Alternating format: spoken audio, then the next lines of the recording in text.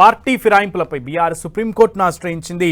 Party మారిన 10 మంది ఎమ్మెల్యేలపై చర్యలు తీసుకోవడం లేదని పిటిషన్లో వేసింది.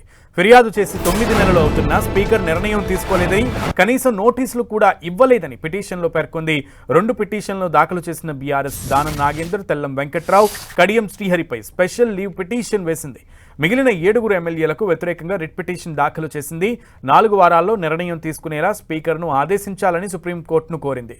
ఢిల్లీలోనే ఉన్న హరీష్ రావు దీనిపై లీగల్ టీంతో చర్చిస్తున్నట్లు సమాచారం.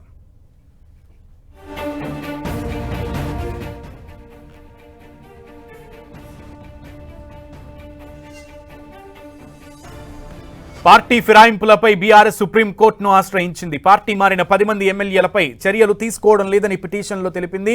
ఫిర్యాదు చేసి 9 నెలలు అవుతున్నా స్పీకర్ నిర్ణయం తీసుకోలేదని, కనీసం నోటీసులు కూడా ఇవ్వలేదని పిటిషన్లో పేర్కొంది. 2 పిటిషన్లను దాఖలు చేసిన బీఆర్ఎస్ దానం నాగేందర్, తెల్లం వెంకట్రావు, కడియం శ్రీహరిపై స్పెషల్ లీవ్ పిటిషన్ వేసింది.